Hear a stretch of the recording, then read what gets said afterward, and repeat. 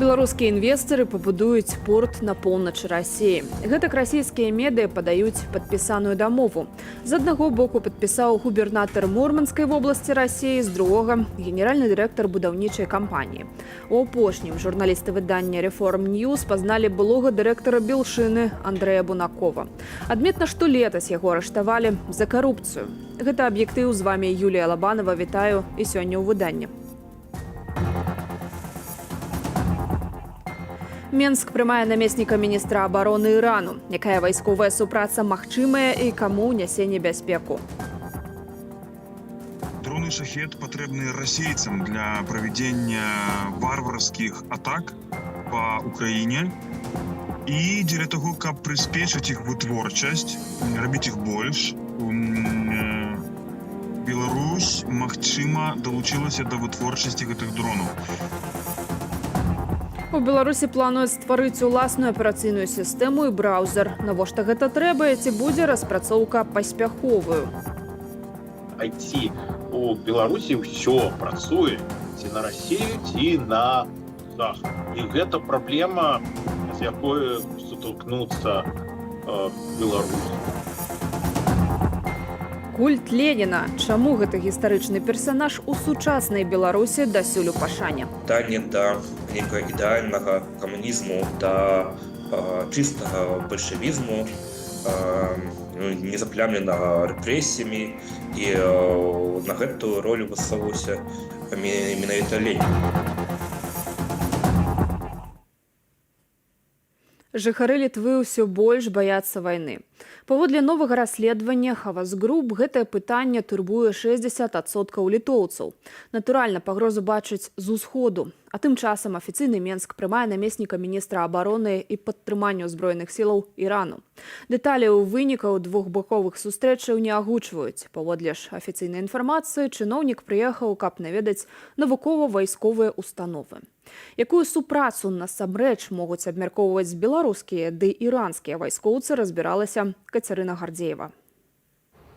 Іранскія вайскоўцы наведваюць Беларусь. У Менск прыбыў намеснік міністра абароны і падтрымання ўзброеных сілаў Ірану Мехді Джафары. Чакаецца, што бакі паглыбяць супрацу ў вайсковай сферы. Цяпер Іран стаіць за крок да паўнамаштабнага ваеннага канфлікту з Ізраілем і шукае палітычных саюзнікаў ды новыя тэхналогіі. Таму эксперты кажуць, што такое сяброўства выгаднае перадусім Тэгерану. Але што ад гэтага выгадвае Беларусь? Пасля паездкі нечаканай Лукашэнкі ў Маскву і таксама пасля абвастрэння канфлікту паміж Ізраілем і Іранам паўстала пэўная новая сітуацыя, калі ад Лукашэнкі хутчэй за ўсё патрабавалі ў Крамлі большага, глыбейшага заангажавання ў вайну, то бок мабілізаваць магчымасці беларускай прамысловасці, беларускага ВПК, так, беларускага войска на патрэбы Расіі. Імаверна, што афіцыйныя Масква і Тэгеран схіляюць рэжым Лукашэнкі да вытворчасці на тэрыторыі Беларусі беспілотных лятучых апаратаў тыпу «Шахед». Раней падобныя звесткі падаваў Інстытут вывучэння вайны. Паводле яго інфармацыі, са жніўня 2023-го вялася гаворка аб вырабе іранскіх дронаў у Беларусі. Тады ж Іран наведваў лукашэнкаўскі міністр абароны Віктор Хрэнін. Іран не валодае некаторымі тэхналогіямі або мае абмежаваныя магчымасці і таксама можа не мець нейкіх навукова-тэхнічных інстытутаў, якія маглі б гэтай тэхналогіі працаваць. У Беларусі захаваліся тэхналогіі, звязаныя з электронікай, з оптыкай, ракетныя тэхналогіі. Іран усё-такі ўжо больш 40 год функцыянуе ў ізаляцыі. У ізаляцыю праз новыя беларускія і іранскія стасункі можа трапіць сама Беларусь. Актыўнасць беларускіх вайскоўцаў ужо даўно выклікае занепакоенасць суседніх краінаў. Літва ў хуткім часе збіраецца ўзброіць сваіх памежнікаў кулемётамі, а на працягу памежнай лініі паставіць жалезабетонныя рагачы. Таксама ў краіне створаць агульнадаступныя стрэльбішы для цывільных. Там літоўскіх грамадзянаў навучаць карыстацца зброяй. Новаўвядзенне запрацуюць да канца лета. Паводле міністра абароны Літвы Лаўрынаса Качунаса, сродкі на гэта ўжо выдаткаваныя. Расія ідзе на эскалацыю, яна ўсё больш і больш павялічвае канфлікт, яна гатова да любых дзеяў, таму трэба рыхтавацца, што можа здарыцца так, што і Беларусь будзе не толькі ўцягнута ў вайну, але і стане інструментам вайны супраць краін Захада і НАТО. Я говорю полякам и прочим. Поживем – увидим. Но мы предупредили по-братски польский народ, чтобы были аккуратны и осторожны. З заявай аб гатовасці размясціць у сваёй краіне ядравую зброю выступіў прэзідэнт Польшы Анджэй Дуда. Палітык падкрэсліў, што на гэта яго падштурхоўвае мілітарызацыя Калінінградскай вобласці Расіі і ядравая зброя, якую, меркавана, прывезлі ў Беларусь. Але пакуль такі крок выглядае проста гучнай заявай. Як Беларусь не можа кантраляваць расійскую зброю, ядерную зброю і яе выкарыстанне, так і Польша не зможа не кантраляваць і сама выкарыстоўваць ядерную зброю на сваёй тэрыторыі. Таму хутчэй якраз такі Польша стане яшчэ адной цэлью для ядернай зброі Масквы, як патэнцыйныя тэрыторыя, з якой можа пайсці удар у адказ. Днямі Літва і Польша распачалі супольнае вайсковае вучэнне ў Сувальскім калідоры. Цягам тыдня ў іх возьмуць удзел падраздзяленні ЗША і Партугаліі. Краіны адпрацоўваюць абарончыя сцэнары паводле так званага аршанскага плану. Ён быў падрыхтаваны ў 2022 годзе. Частка гэтага плану засекрэчаная. А сколько у нас все время они вякают про эти Сувалский коридор? Сколько тут километров до России, до Калининградской области от наших границ? Ну вот, 42 километра. Кацярына Гардзеева, Белсат. Лукашенко адправіў былога сілавіка кіраваць горадам. Новым старшынём наваполацкага гарвыканкаму стаўся Ігар Бурмістраў. Ён змяніў на гэтай пасадзе кадыбіста Дмітрыя Дзямідава, які цяпер ачольвае Віцебскі абласны савет дэпутатаў. Кар'еру Ігар Бурмістраў пабудаваў ва ўнутраных войсках МУС. Камандаваў вайсковымі часткамі спачатку ў Полацку, затым у Менску. У 2018 годзе стаўся першым намеснікам камандуючага ўнутранымі войскамі МУС. На гэтай пасадзе больш за 5 гадоў да сыходу ў адстаўку працаваў пад кіраўніцтвам Мікалая Карпянкова. За датычнасць да рэпрэсіяў супраць беларусаў у снежні 2020-го Бурмістраў трапіў пад санкцыі Еўразвязу. Апроч кіраўніка наваполацкага гарвыканкаму Лукашенко таксама прызначыў новых міністраў прыродных рэсурсаў і аховы навакольнага асяроддзя ды міністра юстыцыі. Аперацыйную сістэму, браузеры і офісны пакет айчыннай вытворчасці загадаў стварыць Савет міністраў. Усё гэта цытата дзеля забеспячэння лічбавага суверэнітэту краіны. Але традыцыя беларускага імпартазамяшчэння падказвае, што беларускай у айчынным прадукце можа быць толькі назва. Працяг у сюжэце Аліны Скрабуновай. Это надо им показать, что это импорт, действительно, а нам надо свою. Лукашенко не мае сякеры айчыннай вытворчасці, але хоча, каб у яго быў свой Windows, Chrome і Microsoft Office. Уласнае праграмнае забеспячэнне распарадзіўся распрацаваць Савет міністраў. Зацверджаныя кірункі, стварэнне айчынных аперацыйнай сістэмы, сістэмы забеспячэння асяроддзя віртуалізацыі, комплексу офісных праграмаў і веб-браузера выступаюць важнай задачай для забеспячэння стабільнай працы ўсіх уцягнутых у эканоміку арганізацыяў і якаснага жыцця для нашых грамадзянаў. Безумоўна, гэта няпростае заданне. Выкананне гэткага няпростага задання даручана айчынным распрацоўнікам. Тэрміны рэалізацыі не ўдакладняюцца. Вообще непонятно, что они хотят этим сказать. То есть они возьмут бесплатный софт и продадут себе же за большие деньги, как операционную систему. Они украдут у Windows операционную систему, потому что многие пользователи с ней знакомы, и попытаются сделать свою. То есть я бы сказал, что это больше фантазии в текущий момент, нежели какая-то жизненная необходимость. Айчыннае праграмнае забеспячэнне плануюць выкарыстоўваць дзеля, цытата, стабільнай працы ўсіх уцягнутых у эканоміку арганізацыяў, то бок у дзяржаўных установах. Это такая декларативная вещь, которая, с одной стороны, понятно, зачем это делается. То есть, условно говоря, если Беларусь подпадает под технологические санкции, то у нас может не быть обновления операционной системы Windows, либо Office, и фактически на уровне госучреждений невозможно использовать устаревший либо нелицензионный софт, просто потому что это небезопасно, будет легче взломать. Афіцыйная мэта распрацоўвання беларускага праграмнага забеспячэння гучыць так: запэўніванне лічбавага суверэнітэту. Маўляў, гэта незалежнасць ад імпартных рашэнняў і магчымасць мадыфікацыі прадукту пад унутраныя патрэбы. Але разам з большую самастойнасцю рэжым Лукашэнкі можа намагацца атрымаць і большы кантроль, лічыць распрацоўнік Ярослаў Кот. Уявіце сябе, што да вашай інфармацыі вашага воблака будзе маць доступ там на ОАЦ, ці Губопік, ці нехто там следчы Ванька, які нават без асветы. Уласнае праграмнае забеспячэнне, аператыўную сістэму OpenTelein і сістэму абмену паведамленнямі і WeChat мае Кітай. Беларусь праз адсутнасць дастаткова развітога айцішнага рынку зрабіць гэтага не здолее, лічыць Ярослаў Кот. Разлічваць жа можам толькі на расійскія распрацоўкі. Калі Расія нешта зробіць, Беларусь не здолець канкураваць з імі. І яны будуць павінны гэта выкарыстоўваць. І з часам такім чынам, калі яны заходні пірацкі софт і аперацыйную сістэму зменяць на расійскую, Беларусь яшчэ больш войдзе пад кантролю Расійскай Федэрацыі. На адрас ранейшых тэхналагічных распрацовак у Беларусі справядліва гучала нямала крытыкі. Гэтак беларускі камп'ютар Гарызонт HBook Mark 4, манітор інтэграл і шмат якія іншыя, нібыта ўласныя прадукты, па сутнасці былі відазмененай распрацоўкай замежных кампаніяў.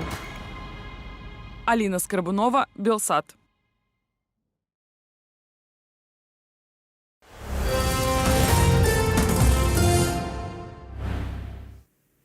До 10 гадоў зняволення. Гэткі жорсткі тэрмін пагражае настаўніцы Менскай гімназіі Дар'і Хмельніцкай. Сёння суд у Менску пачаў разглядаць ейную справу.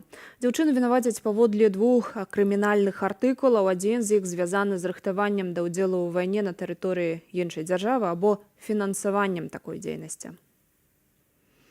Дар'я Хмельніцкая скончыла філалагічны факультэт БДУ паводле спецыяльнасці «Усходняя філалогія». Пасля пайшла працаваць у беларускамоўную 23-ю гімназію Менску, дзе ў свой час вучылася самая. А таксама паступіла ў магістратуру сваёй альма-матэр. Дзяўчына брала ўдзел у конкурсах напісання эсэ і перакладаў на беларускую мову, вяла свой беларускамоўны блог. Паводле праваабаронцаў Дар'ю Хмельніцкую затрымалі летась у кастрычніку. Цяпер палітзняволеную утрымліваюць у СІЗА нумар 1.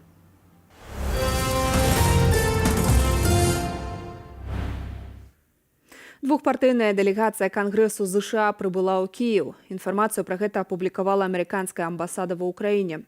У дыпламатычным прадстаўніцтве таксама адзначылі, што візіт кангрэсмена ў чарговы раз пацвярджае непахіснасць падтрымання ўкраіны з боку ЗША. Вайсковую дапамогу ад ЗША Кіеў можа атрымаць да канца гэтага тыдня.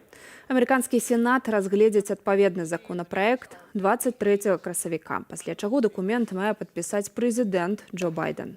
Пасля шматмесячнай затрымкі Палата прадстаўнікоў ЗША 20 красавіка ухваліла вылучэнне ў краіне амаль 61 мільярда долараў вайсковай дапамогі.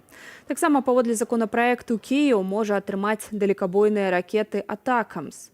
Генеральны сакратар НАТО Янс Столтенберг у інтэрв'ю амерыканскаму тэлеканалу заявіў, што з рашэннем Палата прадстаўнікоў ЗША не спазнілася, аднак затрымка з вылучэннем пакету вайсковай дапамогі ўкраіне мела рэальныя наступствы на фронце.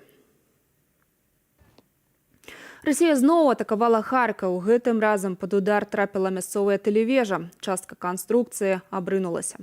Старшыня Харкаўскай абласной вайсковай адміністрацыі Олег Сенегубаў паведаміў, што чалавечых ахвяраў удалося пазбегчы, але ў выніку удару ў горадзе ёсць перабоі з сігналам лічбавага тэлебачання.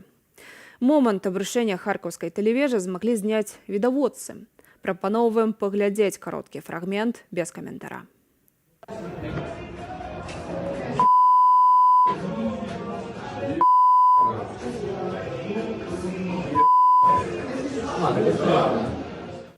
Надзею на выздараўленне не застаецца. Журналісты апавялі пра стан здароўя Рамзана Кадырова. Подле выдання «Новая газета Европа» кіраўніку Чачанскай рэспублікі яшчэ ў 2019 годзе дыягнаставалі некроз прадстаўнікавай залозы.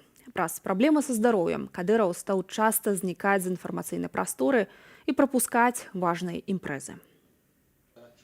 Каб збіць фокус грамадскай увагі з невылечанага хворага Кадырова, расійскія ўлады распачалі магутную піар-кампанію федэральнага ўзроўню. У межах яе кіраўнік Чачэніі летась 4 разы сустракаўся з Пуцінам, часам без усялякай нагоды. Выданне «Новая газета Европа» адзначае, што ў Крамлі, імаверна, ужо канчаткова вызначыліся з пераемнікам Кадыровым. Наступным кіраўніком Чачэніі можа стаць камандзір спецназу Ахмад Апты Алаудзінаў. Менавіта ён нечакана рэпрэзентаваў рэспубліку на чарговым з'ездзе «Едзінай Расіі» летась у снежні.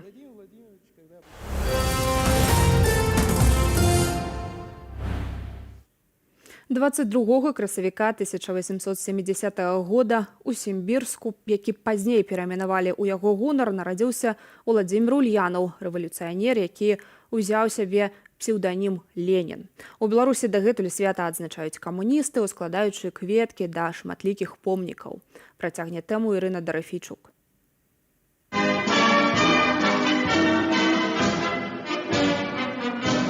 І Лунінцы, у Гомлі і Чавусах мясцовае аддзяленне камуністычнай партыі ды іншыя грамадскія арганізацыі ўсклалі кветкі да помнікаў Леніну ў дзень ягонага нараджэння. У Гомлі ж вобраз правадыра сусветнага пралетарыяту, як называлі Леніна ў савецкіх падручніках, выкарысталі падчас правядзення суботніку. Будем идти верным путем, товарищи! Наведем порядок на своих рабочих местах! Сучасныя камуністы падкрэсліваюць, што нібыта менавіта Леніну Беларусь абавязаная незалежнасцю. Але статусу рэспублікі ў Савецкім Саюзе Беларусь не атрымала б, калі б у 1918 годзе беларусы не абвесцілі БНР. Да таго ж нацыянальную рыторыку бальшавікі выкарысталі толькі для развалу расійскай імперыі, кажа гісторык Аляксей Ластоўскі. Тады ўздымалі пытанне того, што Расія – это турма народаў, і менавіта пры пабудове камунізму будзе дасягнута нацыянальнае развіццё прыгнічаных народаў расійскай імперіі. Прыйшоўшы ж да ўлады, бальшавікі паставілі мэтаю інтэрнацыянальнае камуністычнае грамадства без падзелу на нацыі. Ад пачатку закладалася, што будавацца новае грамадства будзе на гвалце, падкрэслівае гісторык. Калі мы кажам пра дыктатуру пралетарыята, асноўны такі канцэпт, які распрацоўваў зноў жа Ленін, ён сам даваў загады знішчаць цэлыя сацыяльныя слаі, якія былі б перашкодай для рэалізацыі яго планаў. То бок, безумоўна, што это быў такі безлітасны рэвалюцыянер. За савецкім часам культ Леніна падтрымліваўся дзесяцігоддзямі. Толькі ў Беларусі напрыканцы 80-х налічвалася каля 600 помнікаў правадыру. Менавіта ў нашай краіне паставілі і апошнюю скульптуру з ягонаю выяваю на тэрыторыі былога Савецкага Саюзу ў 1991 у Паставах.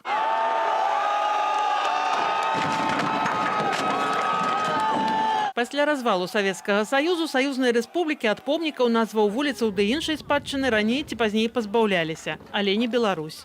Беларусы ў пачатку 90-х не пазбыліся сімвалаў камуністычнай эпохі, таму што значная частка насельніцтва ўспрымала гэтую эпоху як нармальнасць. Хаця, канешне, камунізм нармальнасцю не быў. Паводле сайту leninstatues.ru станам на 2021 год у Беларусі існаваў 421 помнік Ільічу. Статус гістарычна-культурнай каштоўнасці маюць толькі 9 з іх, размешчаныя ў 5 абласных цэнтрах апроч горадні, а таксама ў Барановічах, Пінску і Салігорску. Я не буду рушить памятники. Помнікі развальваюцца самі, бо найчасцей іх рабілі з неякасных матэрыялаў. Часам у Беларусі іх рамантуюць.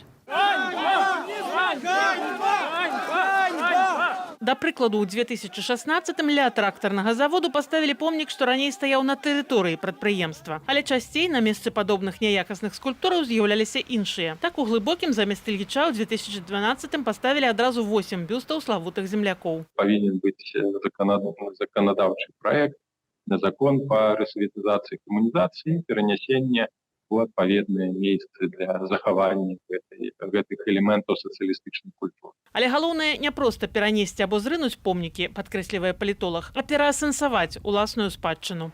Ірына Дарафійчук, Белсат. Штогод у свеце вырабляюць каля 380 мільёнаў тонн пластыку. Толькі 9% яго ідзе на перапрацоўванне, яшчэ 12% спальваюць, а гэта павялічвае ўзровень выкідаў вуглекіслага газу ў паветра. Планета або пластык – тэма сёлетняга міжнароднага дня зямлі, які адзначаюць 22 красавіка. Праблемы экалогіі ў Беларусі і ў свеце ў сюжэце Марына Яновіч. У Мінску стварылі петыцыю, каб захаваць сартаванне смецця. Днямі сталася вядома, што сталічнай жыллёвай гаспадарцы прапанавалі перайсці на двухкантэйнерную сістэму сартавання адкідаў і адмовіцца ад паўсюднага ўсталявання каляровых кантэйнераў для розных відаў адкідаў. Маўляў, гэта будзе больш зручна, але наўрад ці экалагічна. Мы можем казаць про забруджванне пластиком, про забруджванне микропластиком, и так необходимо приймать некие законы, каб скоротить выкарыстанне пластика. Нельга сказать, что белорусские улады увогуле не занимаются гэтым пытанием, але что мой погляд, они занимаются им не так активно. Закон ад 2021 года забараніў ужыванне на тэрыторыі Беларусі аднаразовага пластикавага посуду. Аднак дзее ён не вельмі актыўна. Апрача таго, у нас няма такой культуры здачы пластикавых адкідаў, якая існуе шмат у якіх краінах. Між тым, у свеце растуць агульныя аб'ёмы адкідаў, у тым ліку пластикавых. Яны наўпрост паскараюць глобальнае пацяпленне.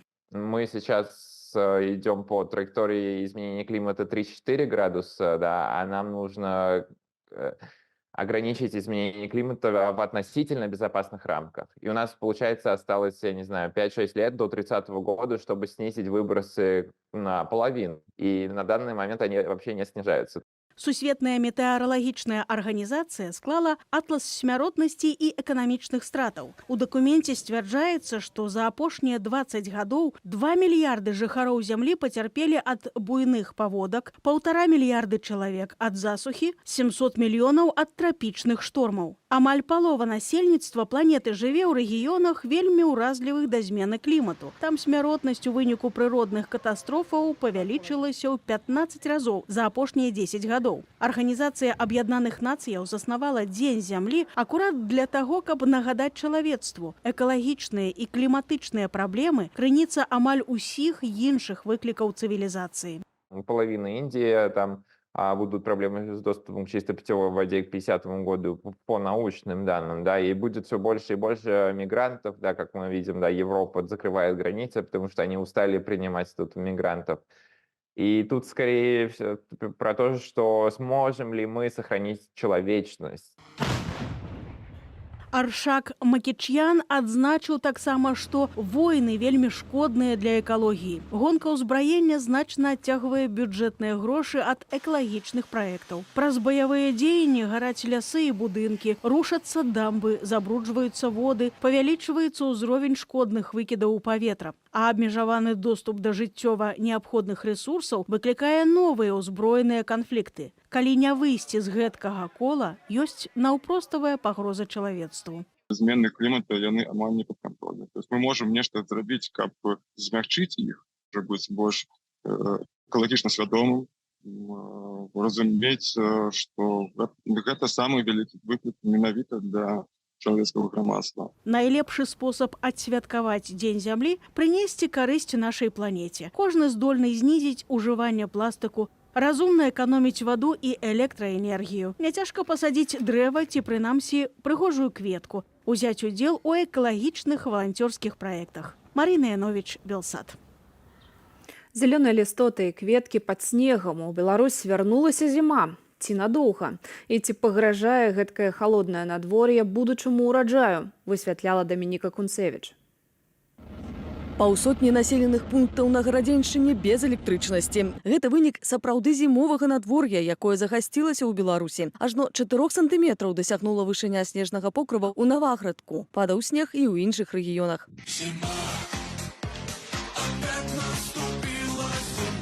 Начныя замаразкі небяспечныя для пладовых дрэваў, некаторыя з якіх паспелі заквітнець. Неспрыяльныя гэткія ўмовы надвор'я і агулам для сельскай гаспадаркі, перадусім для цеплалюбівых культураў. Наша система так выстроена, что большинство идет по приказу, по указке и выполнять приказы. Вот надо вовремя посеяться, да, посеялись раньше времени, потом думаем, вот зачем посеяли.